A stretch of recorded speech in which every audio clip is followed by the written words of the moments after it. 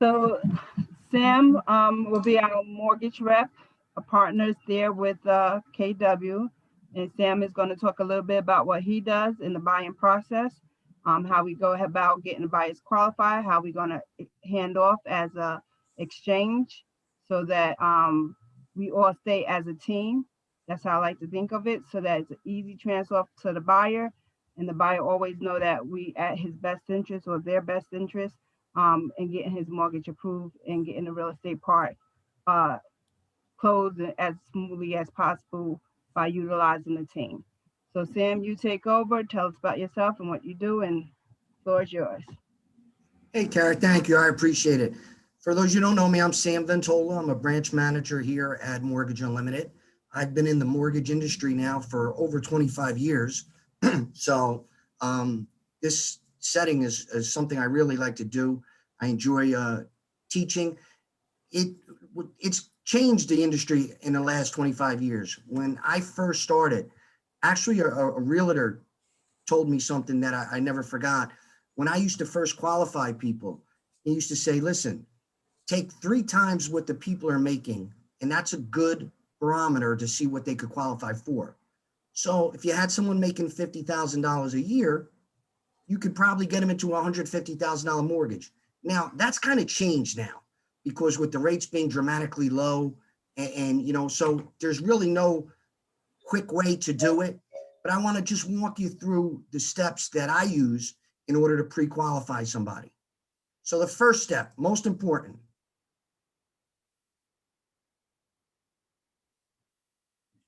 Yes. All right. Most important step.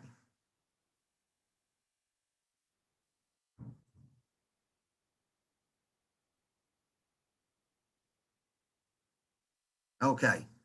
Most important step. Call Sam Ventola. That's the most important. So if you call me first, I will give you some particulars to, so you'll learn, but I don't expect anybody after 10 minutes today to be a full-fledged mortgage person. So if you guys are busy and no matter who the client is, by all means call them. Now, since we're working in Hudson County, it's pretty important to have somebody who speaks Spanish. I also have somebody who I work with. Keep the next slide. Edwin Arocho is with me. He's been doing this. In fact, he's working the computer for me today. He's been doing this for over 16 years. He's a corporate sales director. So I didn't want to just bring anyone on board with this. So if you have any Spanish clients who, you need somebody to speak Spanish, by all means, get a hold of me. I will get in touch with Edwin and we'll satisfy them. We want to make the people feel comfortable. So, it's imperative that they feel at ease. And if speaking, in Spanish is going to help that process, then we'll get Edwin involved. Awesome. Okay, how I do it, I have an acronym that I've been using for the last 25 years. In order to pre-qualify people, I refer to it as IDA-C. I remember it as that way. I had a name IDA, so it was easy for me to remember it. If I have these 4 things, then I can pre-qualify anybody. I need the person's income, their debts, their assets, and their credit. And I'll go through each one quickly, just to give you an idea. Income being their job income, W-2. You want somebody who is on the job for at least 2 years or working in the industry for at least 2 years. Social Security could be income. Pension could be income. You could have alimony. You could have child support. You could have rental. But along with each one of these, there's different guidelines pertaining to them. Many instances when somebody calls me and says they're self-employed, before I issue a pre-qualification or come back to the realtor, I want to see their last 2 years' tax returns. Why is that? Because typically somebody who may be self-employed or 1099, they'll say, Sam, I make $100,000 a year, which they do. However, when I get their tax returns, their gross income is $100,000 and they've written $70,000 off, and their adjusted gross is a lot less. So unfortunately, Uncle Sam says, listen, as being self-employed, you could write all those you have all those deductions, but when you go to apply for a mortgage, we're going to take that adjusted gross income. So very seldom will I pre-approve somebody if they're self-employed without first seeing their tax returns. But regarding income, Social Security income, as long as any income is going to continue for 3 years, pension, again, if you have somebody on workman's comp, unless it's permanent disability, we can't use that income, because with temporary disability, it will eventually stop. They want to see at least a 3-year continuance. Same thing with child support. You get a lot of times somebody will call and say, my daughter or son is 16 years old, but the child support income is going to continue until they graduate college. The problem with that is that if they go to college and drop out, it stops. So in order to include child support, the child must be under 15, so we have a continuance of 3 years. Rental income, we're allowed to use 75% of the rental income normally, but with COVID has brought changes. On an FHA loan, you can use 75% of rental income if you have 6 months reserves. If you only have 3 months reserves, you can now only use 50%. On a conventional side, they're going to want to see the fact that you've had rental income on your tax returns for at least a year. COVID is kind of shaking up the industry in that regards. They're very worried about using rental income without a history, because with COVID, so many renters have gotten forbearances and not had to pay rent. So it's affected a pre-qualification. So there's many different streams of income. Now we also do our debts. What are our monthly debts? Monthly debts are not car insurance, it's not gas and electric, it's not phone, it's not cable. What we're looking for is monthly installment, your car loan, your student loan, anything monthly, your credit card bills, the minimum on your credit cards. That's what we're looking for as far as debts. Similarly, alimony, child support, IRS. These are all debts that we take into consideration. A couple notes regarding debts which are important. Student loans have become a big issue. A lot of times people will have student loans. They may have $150,000 in student loans, and they may be on some sort of income payment plan where, because of their income, they're paying less than normal. That's fine on a conventional loan. If the conventional loan has the income payment on the credit report, we can use it. The problem is on an FHA loan, FHA requires you to use the fully amortized rate. What does that mean? That means they will not take the income plan into consideration. Usually that averages it out to about 1% of the loan amount. So if you have somebody who has $150,000 in student loans on an FHA loan, fully amortized payment on that will be close to $1,500 a month. So it could dramatically affect an FHA buyer. So it's very important. When I talk to people, I find, I run their credit, I take a look, what's going on with the student loans, what's your payment, what's your fully amortized payment. Same thing with child support. Child support, unfortunately, you don't have that same luxury as you do with income. If you have a child who's 16 or 17 or still in college and you're still paying, we have to count it. IRS, you can have an IRS payment agreement as long as it's not an issue. If you have an IRS lien, that's a little different. They're going to want to see that you're paying on that lien for at least 3 months. So that's the difference between a payment agreement and an actual lien with the IRS. The third item that we look for are assets. How much money do the people have to work with for the down payment and closing? What's in their checking, savings, retirement, pension, 401k, if they have the ability to have a gift. This is where sometimes you have to be a little creative. Sometimes people have cash at home. For purposes of getting a mortgage, cash at home, as we used to say back in the old days, money under the mattress is no good. Unfortunately, now we have to document literally everything. So if somebody is going to give you a gift, there's a way to document that.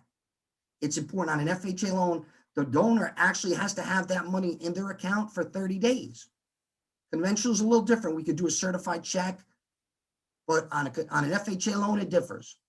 So I'll have a lot of instances where somebody will have good credit, they make a ton of income, but they might only have 20,000 or 30,000 to work with. Well, their income is such that I could qualify them for a $500,000 house. But if they only have $30,000 to work with, we're kind of limited as far as what we can buy. Now, back in the olden days, and Karen could attest to this, very often we used to use seller's concessions. What were seller's concessions? It was kind of a fancy way to incorporate the closing cost into the sales price. It's still used today. The problem is the way the housing market is so hot, houses are going for full sales price or sometimes over it.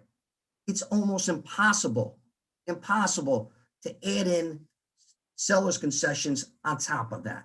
You're going to have an appraisal issue. So when I do speak to realtors and say, many times I'll say, hey, listen, I have this client, they're good. Unfortunately though, they only have 20,000. They're looking at houses around 350. We're going to have to incorporate the closing cost into the loan amount. If we have to go above the sales price, we may very well have a problem with the appraisal. So that's very important. And last but not least, which I pretty much do first, you run somebody's credit. Now, what I do, because I know it's a big issue for people, I have the ability to run a soft pull. I could generate 3 credit agencies without a hard inquiry affecting the person's credit. After doing this for 25 years, I'm pretty good as far as credit, as far as getting people's credit score raised or what they have to do to qualify. But what we look for is on an FHA, typically, we could go down to 620, but you're really looking at a 640 score. On a conventional, you're looking at a 660 score.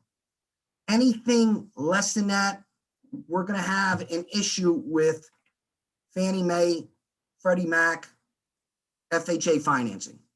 So a credit is a huge thing. What credit also does is it allows me to see if the person has a bankruptcy on their credit report. People think, what about bankruptcy? Well, you could do loans with a bankruptcy. If you have the Chapter 7, you could do an FHA loan 2 years after the discharge.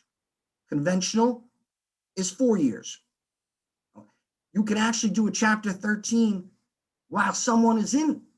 As long as somebody's been paying the trustee for on time for a year, you could do an FHA borrower on a bankruptcy. However, rules change a little bit if there is a foreclosure in the bankruptcy. If somebody has foreclosed upon it and it's in the bankruptcy on an FHA, it's 3 years. Similarly, if you have a short sale, it's 3 years from the short sale recording the deed date. So that's why when somebody comes to you and wants to get pre-qualified, what I ask you to do is, you know what, first find out if they're working. I can't tell you how many times I've gotten calls and said, okay, perfect, you're looking to buy a house, quite good. Are you working? No, I'm not. You want to find some basic stuff, make sure they're working, make sure, hey, do you have an idea of your credit? They may or may not, a lot of times people say, oh, I have good credit, and I come to find out it's really not too good. Similarly, sometimes people, oh, my credit's horrible, and I look at it and it's really not too bad. So what I want the realtors to do, if you could, put the onus on me. Let me qualify everybody for you. But you can ask a few generic questions as far as, what do you make in a year? If you have somebody making $50,000 a year and they're looking at $500,000 houses, you're going to have an issue. That's 10 times their income. So when I sit with people and they say, well, I make a 50, what are you looking at? Oh, I seen a beautiful house for $600,000. There's no way they're going to qualify for that. And I try to explain it to them in a delicate way, saying, listen, that's fine. If you want to get that, we're going to need more income.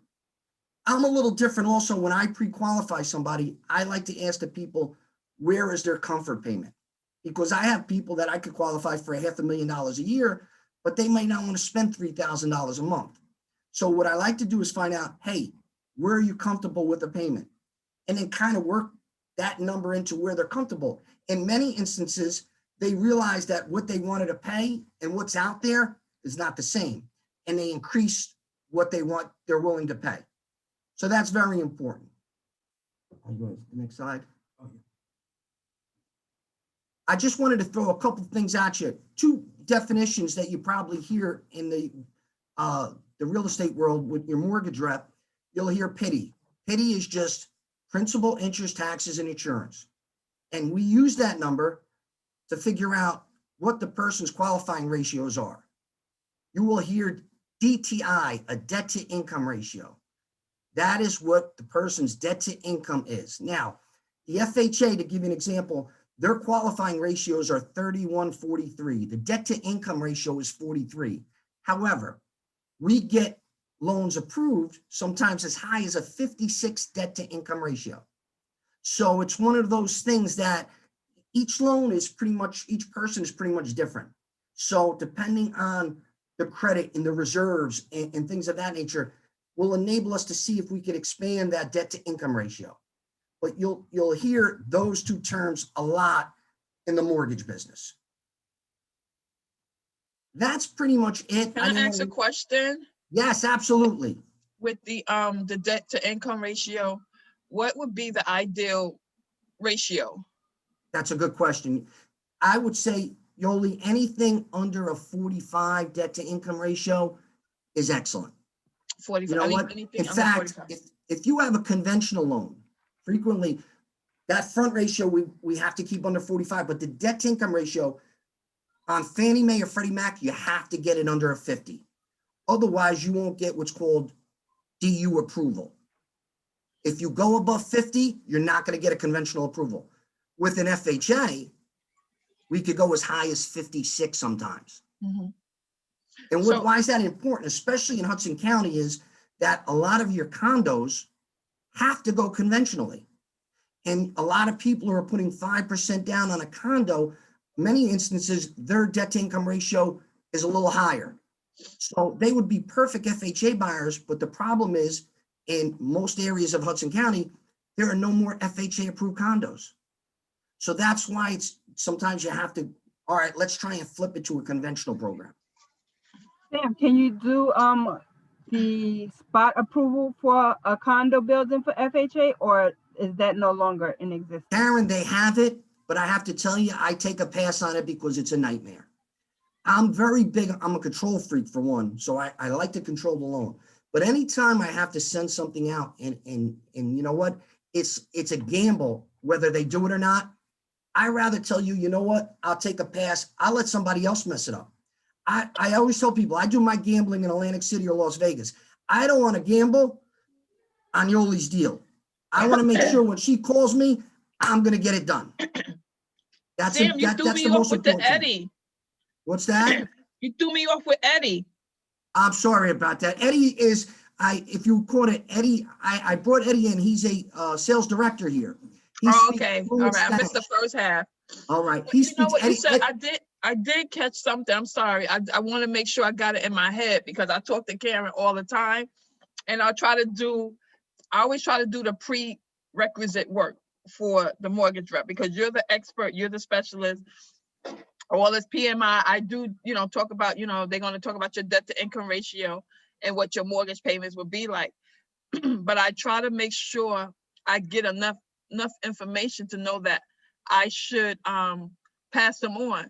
So a lot of times it's not just about the pre-approval. We want to make sure they're pre-qualified. So how much of that is worth your time? If, like you said, somebody not working, they want to look for a house. I will say this, everybody's worth my time in this regards. If it's important to you, if you have somebody who might not buy until, let's say, July, but it's important for you to have them people speak to somebody, it's important to me.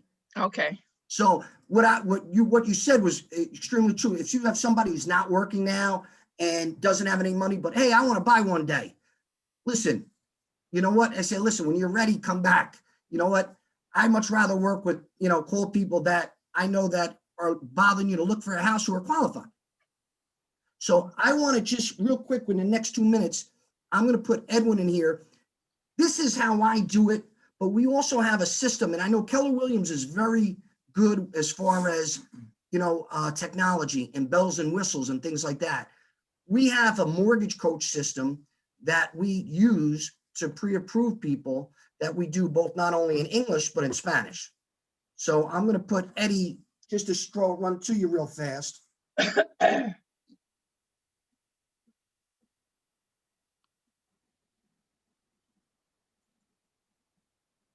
Hi, everyone. You see our screen here. So This is the digital experience that we bring to our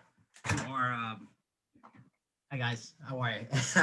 This is the digital experience that we bring to our clients. So it's a discovery session. So this is where we're piggyback on the statement that Sammy just made. Every client that's important to you is important to us. If you want to take that step and provide them that extra service to kind of get them filtered before you transfer them to us, that's great. But we have in our process, we have what's called the discovery session, where we kind of filter an opportunity to triangle for trust with them as well, right? Because we want to give them the love, right? We want to be able to listen to them, make observations, validate their interests, expand their thinking about the opportunity to acquire a home, and then properly, pre-qualify them. So what we're doing right now with the total cost and buy analysis, it's a kind of like a digital experience to create a client for life, right? This particular advice engine allows us to create financial strategies. So when we have that buyer, they know what the payment is on a $250,000 condo. They're going to know what the payment is on a $350,000 condo and a $450,000 condo. And what we're attempting to do is be so transparent around the process with them early on that they're more confident to make quicker decisions. So it enhances borrower advice. It improves our conversion ratios with our partners, you guys, on your pre-approved pipelines, and then increases your GCI. Right, our partners GCI, and this can also be delivered in English and in Spanish. So what we're doing, just to give you an idea, I'm just going to bring in a link. So this is Aria Smith. She connected with us on a discovery session over the weekend, and we delivered an opportunity where we're sending her, hey, this is what you're renting at. Here is, a conventional strategy for you. Here is a FHA strategy for you, and then we deliver it in a video, and then we deliver this to you as well. So, every time they're opening it, you understand exactly what they were qualified and pre-approved for. And this is delivered to them in an email, and you guys are all copied on it as well. So you know who's being active and who isn't being active throughout the process. Wow. I like that. Everyone gets this. And the cool thing about this too, yo hablo español, right? So I speak Spanish, so you could translate this to Spanish. So all these financial strategies right now are in English, right? With a click of a button, now we can speak to, the Latin community in their own language, right? And now everything's turned into Spanish.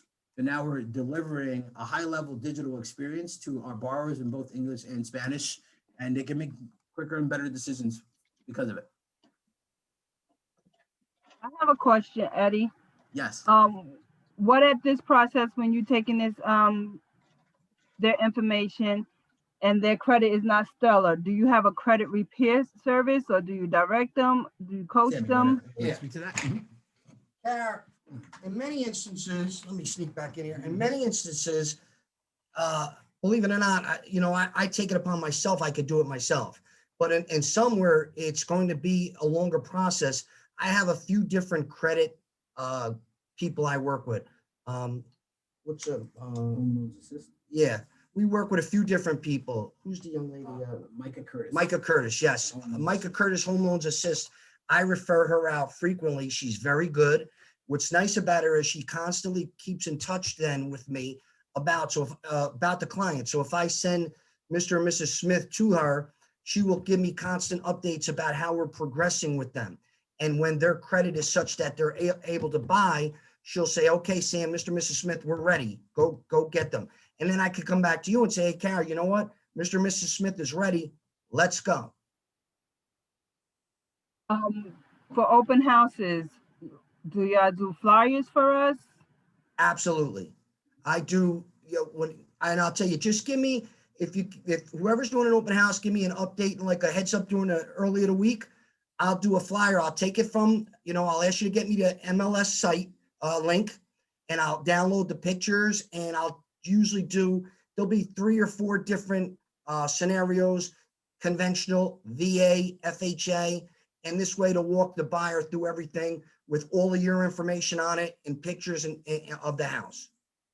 Got one for you this weekend. Do you sit at any open houses, you or Eddie, or do you do weekends? Sometimes I do. I will be honest with you.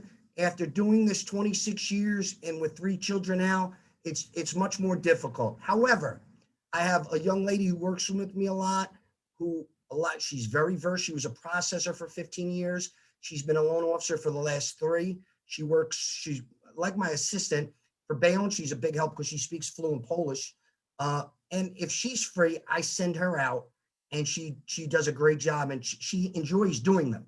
So if I can have it manned, and again, if it's something that, if you call me and say, Sam, listen, we have a 1.3 million brownstone in Jersey City, I need somebody there, I'm going to get somebody there for you. Now, you was talking about the income qualifications. It used to be 3 times the rent. 3 times your income as a basis. What do you use now to That's a good, determine? I would use now, because the rich are low, maybe about 4.5, 5 times. So if I have somebody who makes $50,000 a year, I could probably get him into somewhere around 200 to 225,000. All right, that's providing now when I run their credit, if they have an $800 car payment and all, then no, that changes. But providing that their debt is minimal and the taxes aren't crazy. And again, I tell people sometimes, especially in Jersey City after the reval, you know what? I could get somebody into a $300,000 house in Jersey City, but maybe can't get them into a 250 in Bayonne because the Bayonne taxes are 2.5 times what the Jersey City are. So that also plays involved into it. But I like to use, if somebody calls me and they are within that 4.5 times, even, you know what? I think we're okay. We have something to work with.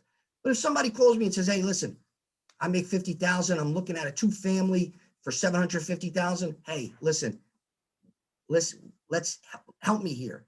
How are you? And I try to say, how are you going to pay for it? And, I try to walk them through it. And sometimes, you know what? Sometimes there's other people that until you speak to them, and I was always big about sitting with people, because it's sometimes when you sit with people, you get, oh, well, my cousin is going to help, and this one, and you can draw that in.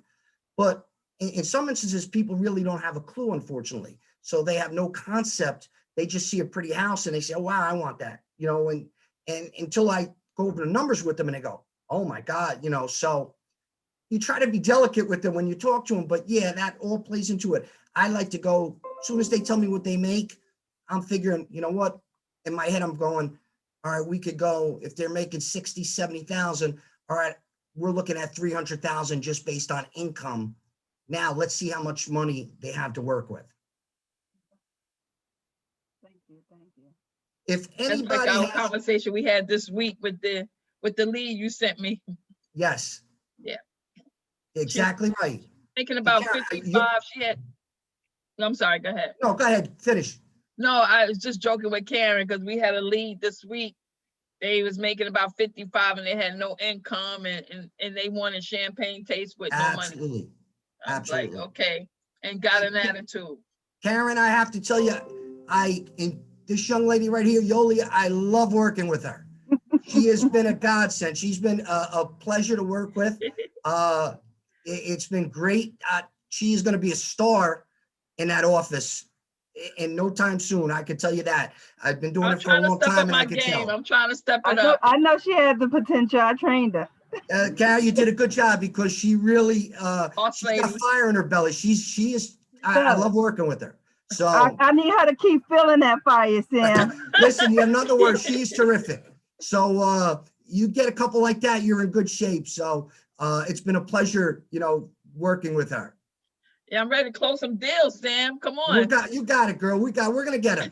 It's a process like anything else. But like, you know what, you are doing it right. It's like, just like laying seed out there. Eventually, it's gonna come, and you know what, it's gonna come for you. So I have no doubt about it. So it's Thank just you.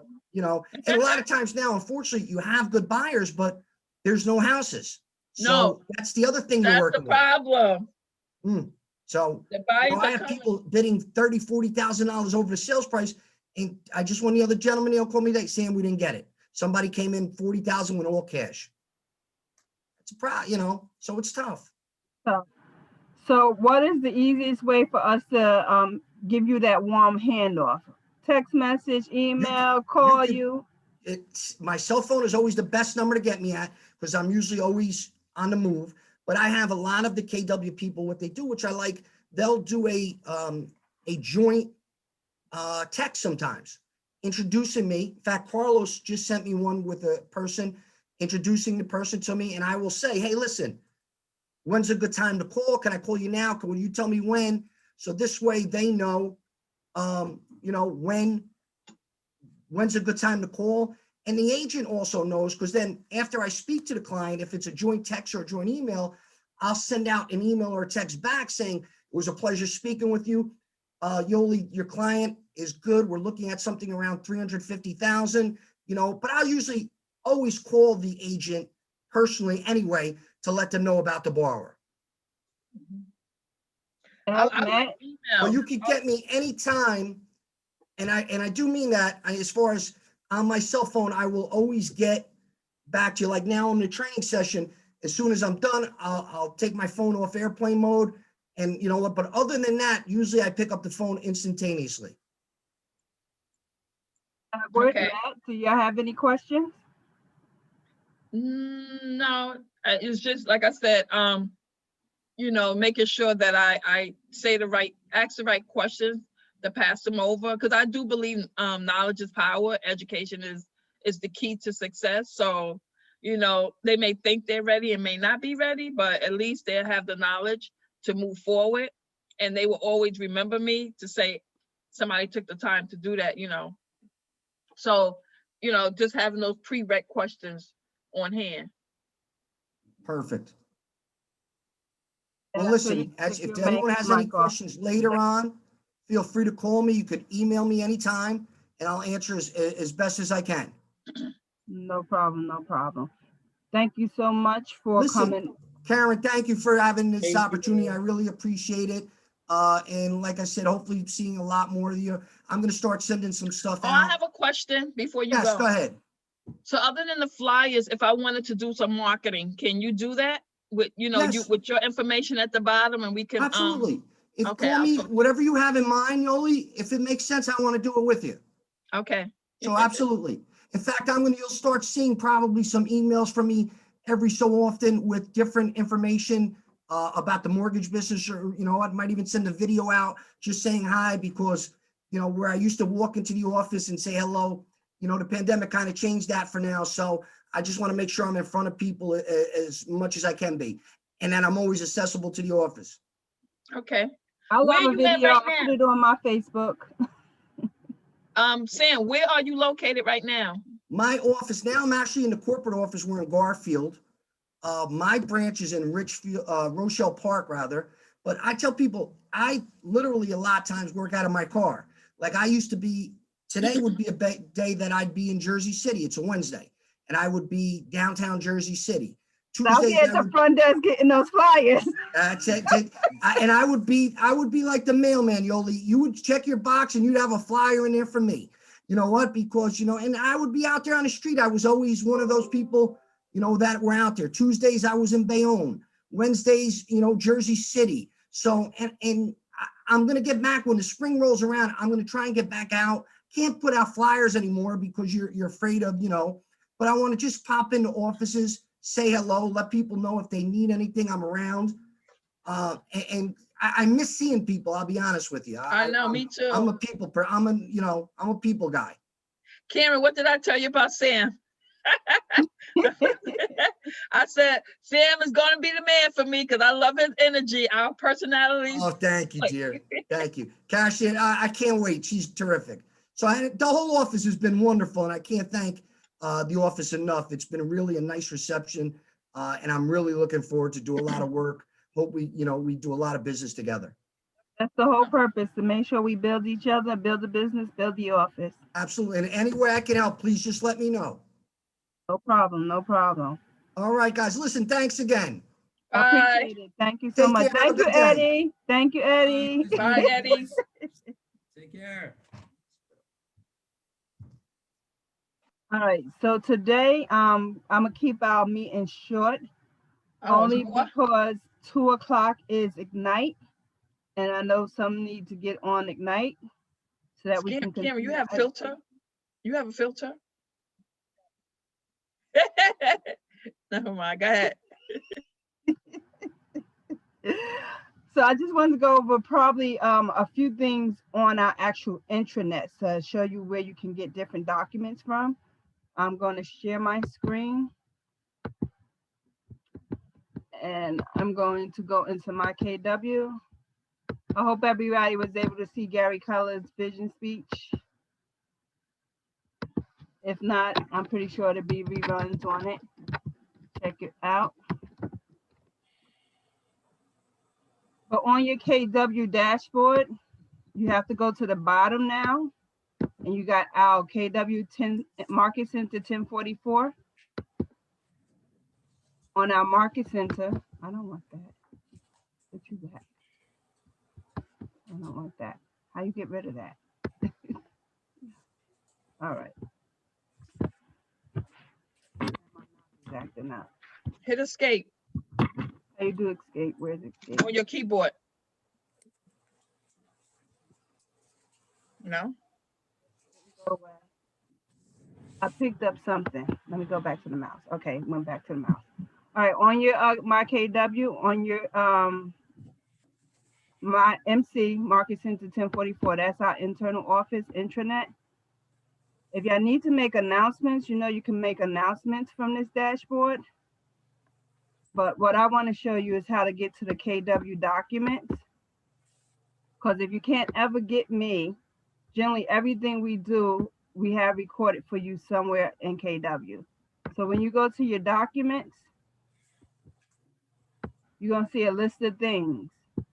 How-to instructions.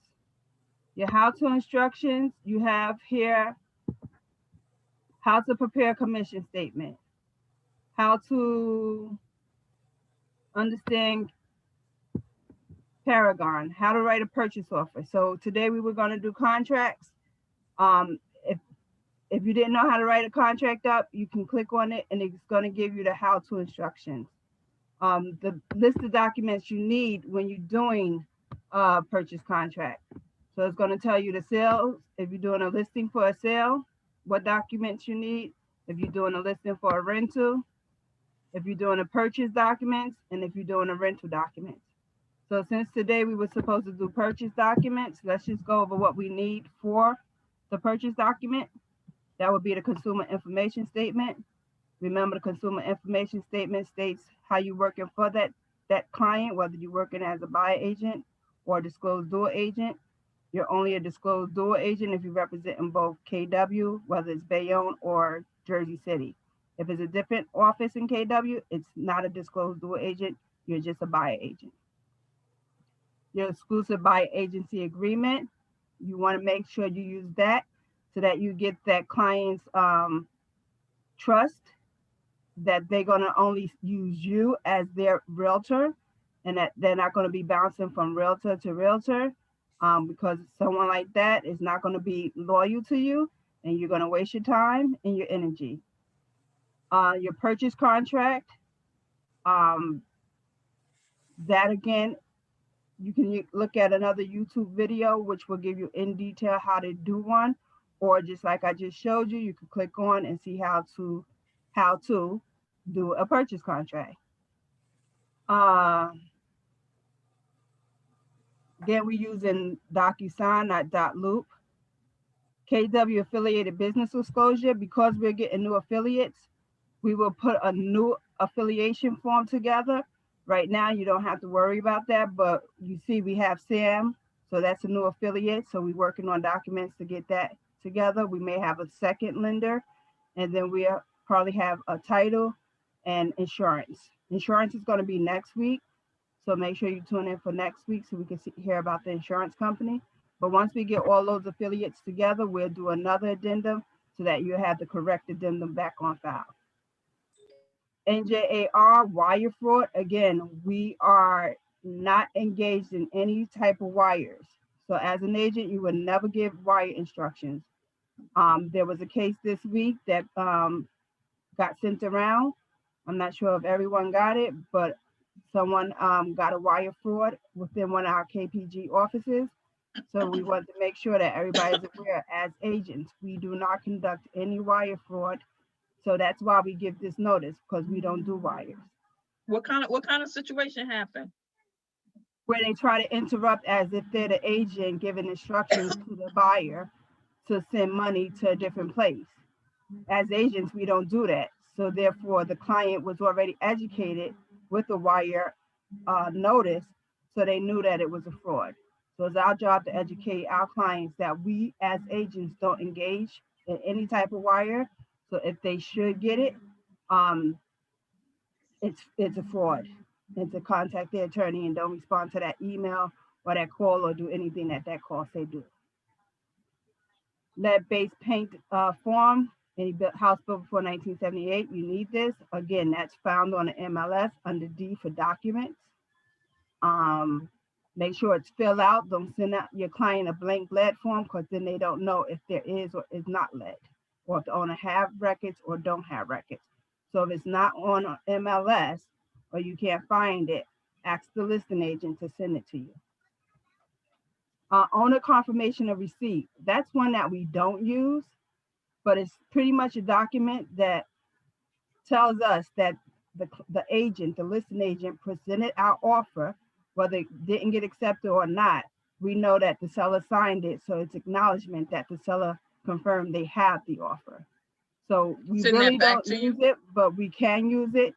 Agents still ignore it, but it's there for us to use. So Karen, when we send the contract with that document, do they send back that receipt, or they just ignore the receipt? That receipt they send back, acknowledging, the seller acknowledging they received that offer. Informed consent to do an agency. Again, if we represent in both parties, we need to know, the buyer needs to agree to that, just like the seller needs to agree to it. So that needs to be signed out. The pamphlet for how to protect your family from lead. It's not that we want to read it to them or tell them to read it, but it's there for them to read. If they read it, that's their choice. But when you send it through DocuSign and they sign their documents, it's your proof that come back into your room that you sent it. And then your pre-approval letter, hopefully everyone will be using Sam or the other company that we bring in, so that we can get our clients pre-approved, so that we can submit that with their offer to the listing agent. Now, which documents do the listing agent actually need when you present in your contract? Of course, they need the contract. That will be number 3. They need number 6, which is the wire. The seller signs on the wire. They need number 7, number 8, and the pre-approval, number 11. So two of the things I wasn't sending, which was the wire and the receipt. So Other that's, ones stay in command. Those are your contracts with your buyer, that you're an exclusive buyer agency. Unless it's a KW, then the seller will sign the informed consent to do an agency. But no, because the seller has their own too, so they don't have to sign the informed consent to do an agency.